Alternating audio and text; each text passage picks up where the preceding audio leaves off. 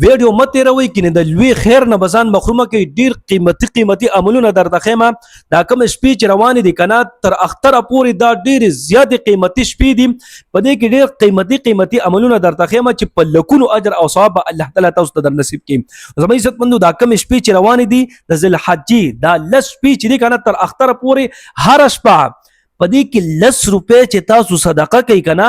دا 10 روپے صدقه د 3 لک روپو برابر ده که 10 روپے تاسو صدقه کوي دا د 6 لک روپو برابر دي که 1.5 روپے تاسو صدقه کوي دا 10 شو چې تاسو 9 لک روپے د الله رب العزت په لار کې صدقه کوي اوس دا صدقه به تاسو چاله ورکوي رونو خويندو ته ورکول شي بال بچ ته ورکول شي مور پلار ته ورکول شي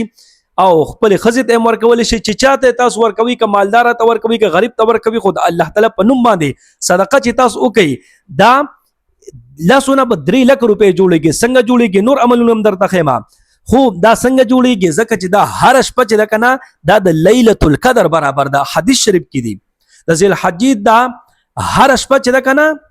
دا د ليله القدر برابر ده زما عزت مندوم نو تاسو قران پاک کې که وګوري الله تعالی فرمایي چې ليله القدر خير من 1000 شهر ليله القدر د شپه چې دا د زرو میاشتونو افضل ده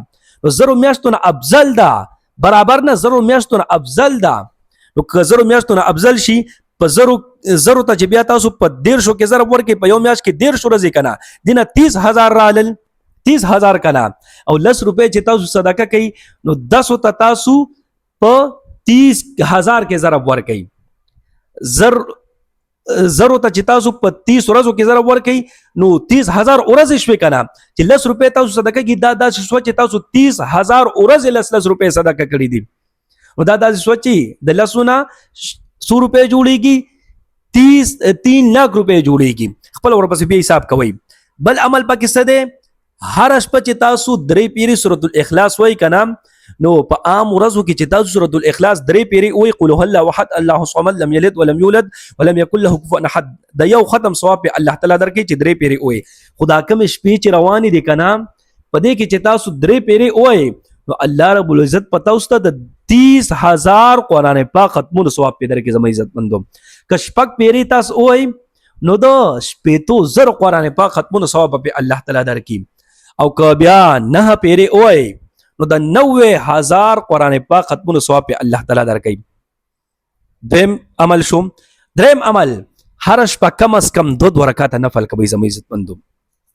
په عام حالاتو کې که 2 رکعات نفل تاسو کوي 2 رکعات نفل شو کنه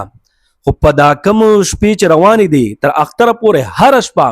چې 2 رکعات نفل تاسو کوي او مکه شانت 30000 ازر ورکې ليله القدر شپه د زرو میاشتونو افضل ده په یوې میاشت کې 1.5 ورځې دي 30 ته تاسو په 1000 کې ضرب ورکې 30000 شول کنه نو چې 2 رکعات نفل تاسو کول پدې کې دا داسې شو چې تاسو 30000 شپې 2 رکعات نفل کړې دي نو چې تاسو 30000 شپې 2 رکعات نفل وکړي